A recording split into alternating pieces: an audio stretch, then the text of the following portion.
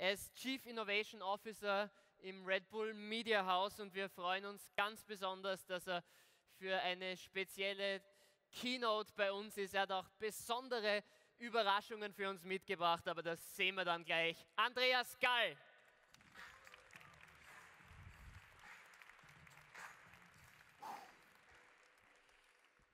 Good morning, everybody. I'm really proud to stay here on stage. I want to hack with you guys now the media business. No, I want to tell you the story from my last 11 years. Because 11 years ago, I looked like this. I was working for the classical media business. I was technical director of the Austrian Broadcast Corporation. But I did something. I have changed side. Very, very bad. It was not because of the money on the right side. It was not because of the nice-looking girls and the athletes and the musicians. It was because of this. Because of the fact that I can give wings to people, ideas, and concepts every day. And I will invite you now to the story from the last 10 years when we hacked the media. When we had the discussion 11 years ago, the most important question on my side was, hey, why are we doing this? Why should a brand invest in media? And the answer of Mr. Mateschitz, the owner of Red Bull, was, because I think we can have a great chance to come on the eye level with the classical media business. There's a thing called internet, social media. There we will have so many possibilities to be much more independent compared to the past. Why should we produce advertising content when we have a chance to produce really amazing content and spread it out in the world? The other thing, like Matthew said, in our company, like everybody, we love PowerPoint, Keynote, and a lot of electronic stuff.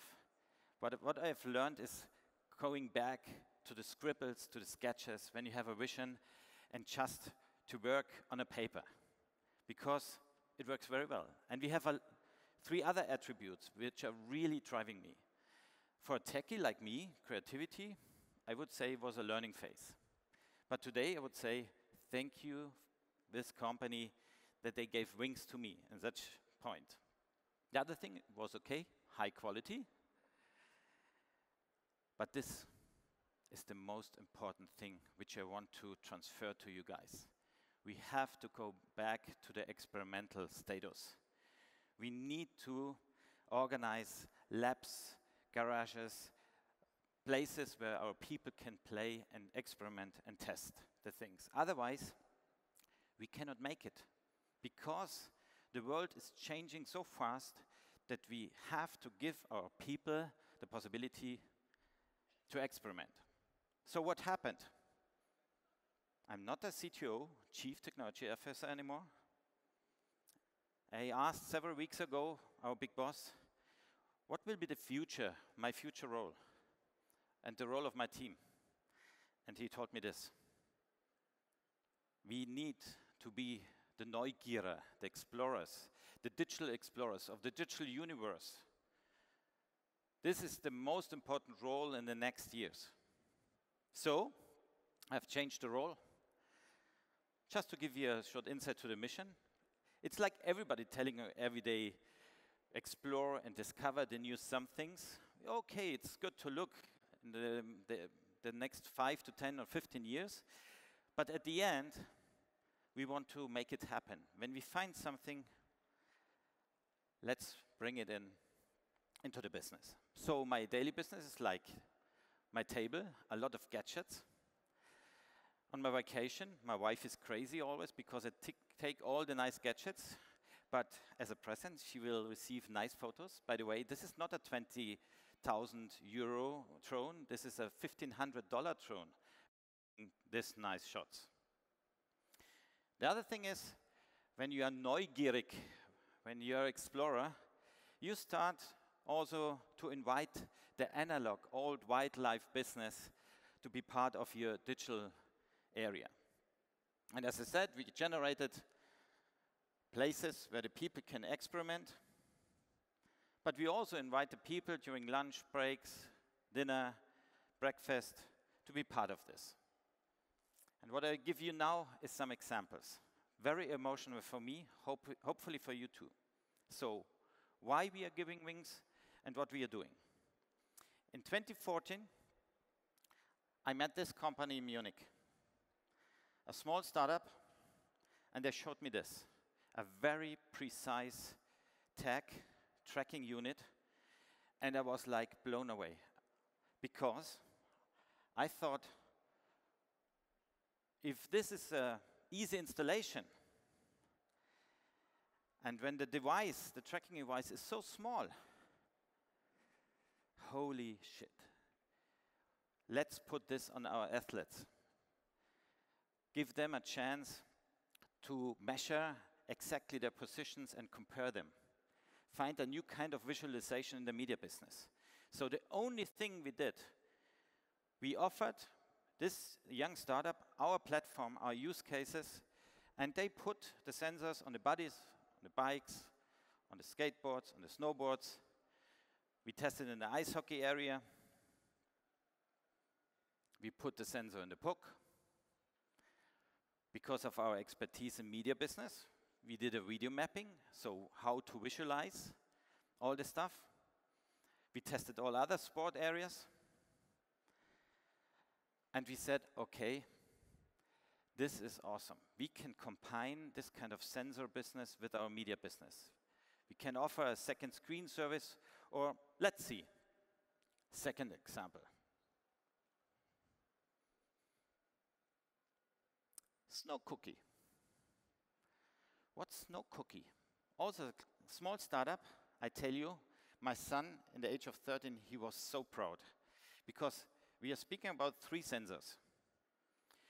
One here, 2 at your ski, and very accurate. It's cool because you look like Iron Man. And the second big thing is, it's a very precise measurement of your position, body compared to skis. And in combination with the app, you don't need a skiing trainer anymore, because the in-ear acoustic information tells you, this was not really a fine track. Or, hey buddy, you did a great thing, or you want to share this ride? Amazing. You don't believe that this is working? I show you now a prototype clip. So what you're seeing now is not the perfect visualization, it's just the work of a startup with 3D printed sensors and seeing the first information. So look at the 2 angle sides. So you see exactly the angle of the skis, the G-force, the speed, everything. And now everybody can imagine you can combine this with a nice app functionality and can offer a lot of great services. This will influence our digital media business from now on.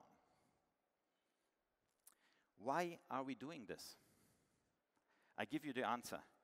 When we are combining this perfect startup gadgets with our media business, we can produce such a nice clip. Wedge, Newport Beach, August 27, 2014. Hurricane Marie pounds the coastline with the biggest waves to hit Southern California in over 20 years. In triple overhead conditions, Jamie O'Brien enters the water with one goal: to perform a board transfer on a 25-foot wave. This is body of work, Jamie O'Brien. Wedge is the most dynamic and dangerous beach break in California, known for having large, unpredictable waves that break in shallow water over a sand bottom.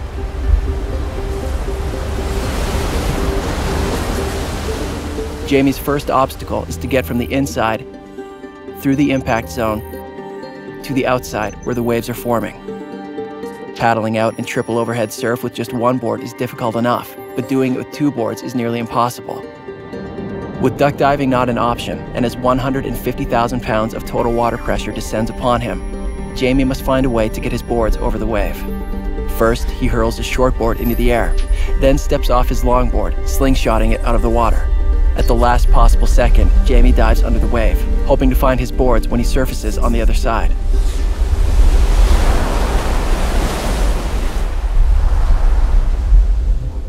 Having skillfully navigated the inside section, Jamie takes his place in the lineup. In order to catch a wave of this size, Jamie must reach an optimum speed of 8 miles per hour. That's twice as fast as an Olympic swimmer. As he drops in, Jamie reaches speeds of up to 40 miles per hour. His rate of acceleration over this amount of time matches that of a Ferrari going from 0 to 60 miles per hour. When Jamie reaches the bottom of the wave, he experiences gravitational forces of roughly 4 Gs, enough to temporarily increase his weight from 200 to 800 pounds. By comparison, a fighter pilot experiences up to 9 Gs when maneuvering at over 1,000 miles per hour. Jamie bottom turns, checks his speed, and then has a 1.5-second window to execute the board transfer.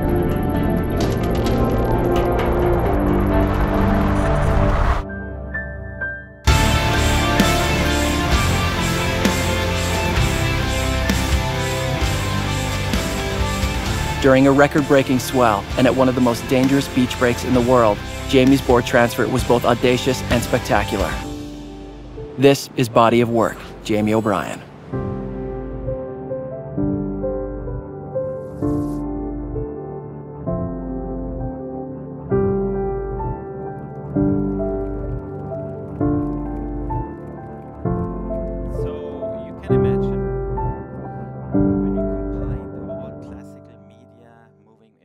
With this crazy metadata information developed by young startups, giving wings to us, brings me to the next story.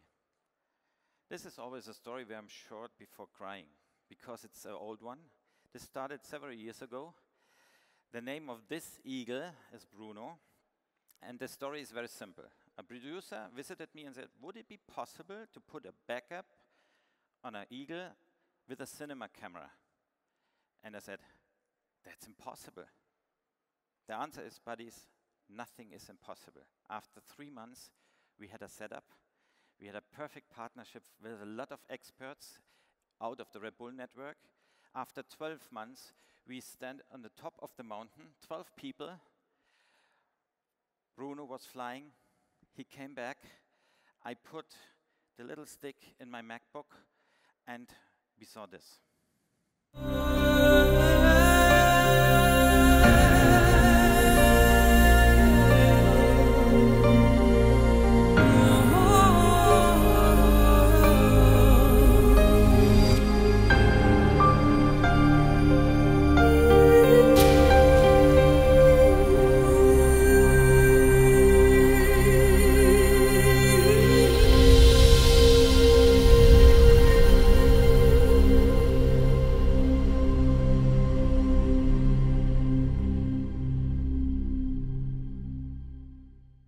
Wow, 12 people were crying like babies.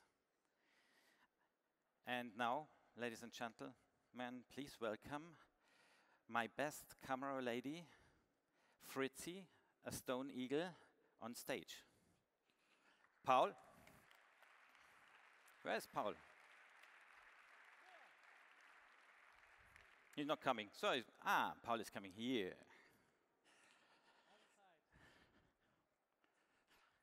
Hey, Paul. Hi. Hi, Fritzi. Why are you showing this? It should be a nice example for you guys that it's always perfect to combine nature with digital, analog with digital, and telling us everything is possible. This bird would never fly when we force him. So the backpack is perfect. If you want to do a photo, but with a flash, it's okay. I want to show you the next evolution, what we did. So, Paul, you know, we did this backpack. Yeah. And by the way, you know this production some weeks ago? Yeah. You will see. I know. And you put the cap on the eagle because take care. Last time when we showed it, the eagle tried to fly into the slide. So I prepared him now. We developed a setup. We did an evolution in partnership with a great company in Munich with Peter Clausen and his team. But then, you know, we were in the middle of this kind of wow. There was the question, everybody is speaking about virtual reality. Why are we doing the old boring 2D business with Fritzi and Paul when we could also combine or bring a virtual reality camera on the body of an eagle. You know what? She did the flight. And you know what? Because of the fact that I don't have the possibility to offer you the VR goggle, I did the job for you. So I opened a 360 VR player. They did a great, great job. They visited a great place. And what I'm doing now is showing you the 360 clip. And I moved the 360 space with my mouse. It was where, Paul? Yeah, the Treibzinnen from Rotmannspitze. And you know what happened now? I'm sitting on the eagle. When you have the VR goggle on and you look down, it's like flying with the eagle. Welcome in the paradigm change of the media business. It's amazing. With this camera, I can now put it on wingsuit flyer wherever I want. So our story is we beam you to the unreachable sweet spots all over the world. And the other thing is that in combination with that, what I've showed you before, because my big boss asked me, nice flight, cool guys, cool lady, but what's about altitude, speed of the eagle? And I tell you another story, shit, we forgot the other chips. What's about the metadata information? So we took care about all the media stuff, but we forgot the other things. We did the homework with Paul, Fritzi, but the message for you guys is, it's not only about the content, it's also about the information and the context. We did a lot of tests with great athletes about this to visualize their emotional stages. And at the end, I would say, we're speaking about connected emotions now. What I want to ask you now, and you have half an hour from now on, give us an idea what we should do with Paul, Fritzi, in the next 6 to 12 months. We choose the best story and we will make it happen. So send me a mail and I will keep you informed. Welcome in our 360-degree media business, and I think Paul, Fritzi is ready for flight. Yeah, she is. What do you think, why are we doing this? Because we want to move the world. Nice. So thank you very much, buddy. Thank you. I know Fritzi, she's a little bit in stress. Hope to see you soon in a flight. Thank you. Bye.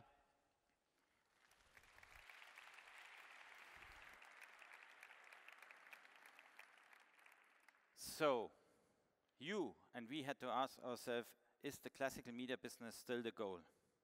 The answer is, no. Falling numbers in all the viewer things, but rising numbers in the social media business. So we had to ask ourselves, how should we handle this? And I give you now a next very emotional minute. I'm a baby boomer. I'm in the age of 54. My grandfather, he brought black and white television to the living room. My father, he brought color TV to the living room. The big question is what I will do, what I will bring to the living room. Because I have to tell you, in the past, when I did radio and television stations, it was always so simple. It was so simple because we were industrial driven. It was like a chain, process orientated. Today, when we are planning digital media business, it looks like this. It's a wild chaos. It's a networked combination. And to give you an answer, it is really complex.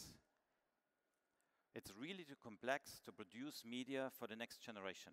The good thing is that we can use a lot of robots, automated systems who are supporting us. But the most important problem, it's not the technology, it's this conflict. In our company, we have a lot of people from Generation Z to baby boomer and also to builders. great people, but everybody is driven from his generation phase. But we as a brand, we have to concentrate on this, Generation Z. And when you look on their future wishes, how they want to consume the media, then it's completely different compared to me. They want to see immersive stuff. They want to be hyper-connected. And the next generation, by the way, perhaps they will not know the big display anymore. My son, for example, whatever we are doing, like playing a vacation or going to a sport trip, he's always in discussion these 3 points. Do they have Wi-Fi? Is the internet connection fine? And do they have power? And therefore, I bring you to this slide. I'm a baby boomer. Was a great generation, but there will be a natural way that we will leave this slide. There will be a lot of other nice generations coming very fast, every 5 to 10 years, and they will completely generate or influence our media business. So welcome to this. What does it mean for us? Very easy. We should concentrate on the left side. Me as a baby boomer, I'm fine. I learn a lot from my son. The situation in the living room has changed. The guy who is bringing the media business to the living room is now my son, not me. I'm out as a baby boomer because he is doing the job now to consult and support the family and not me anymore. But I'm doing the homework for him. I build all the infrastructure. I prepare everything, like the fact that you can consume the content on a little Apple Watch, but also on a big screen. I do the homework with a great team that we use the performance of the mobile devices to offer the best content all over the world. If you ask me now, are we successful? I would say yes. We started 11 years ago to change this media business. We hacked it. We had a lot of hard decisions, but we see that we can be also world champion in this business, and we can reach a lot of people worldwide, and we are in a direct contact with them. So, I give you a short other example when you don't believe me. Look at, for example, Facebook. Facebook rising more than 300%. And then you see the clip. It's called Concours de Castel. 75 million people watch this. It wasn't a 200,000 euro production. It was like this. It was a 5,000 euro production. Just a local event, very fascinating what people are doing. We spread it out in the world, and everybody was like crazy. That's another message for you guys. The kind of storytelling will change everything. You don't need this huge budget to be successful. It's just the idea, the concept, and also to be experimental in this area. So, my recommendation, please start to change your organization, your startups. Be neugierig, be the digital explorers.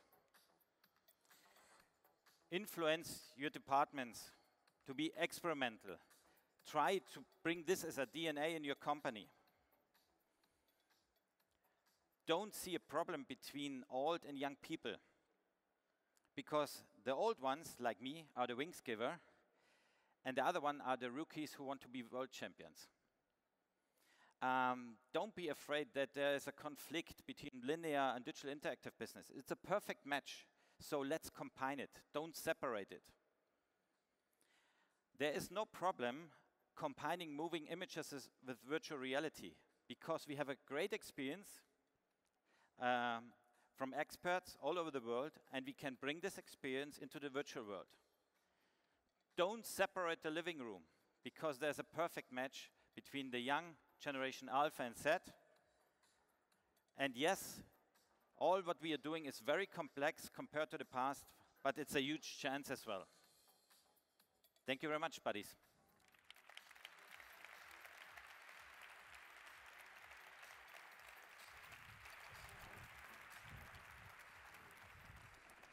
Thank you. Thank you, Andreas Gall from Red Bull Media. You will also be around outside at the fair and available for questions. And do send him your suggestions for the project concerning the Eagle Fritzi and her flights throughout Europe. We're gonna go into a short break right now, and we'll be back here at 11:30. So go grab a coffee and see you right back here. Bis später.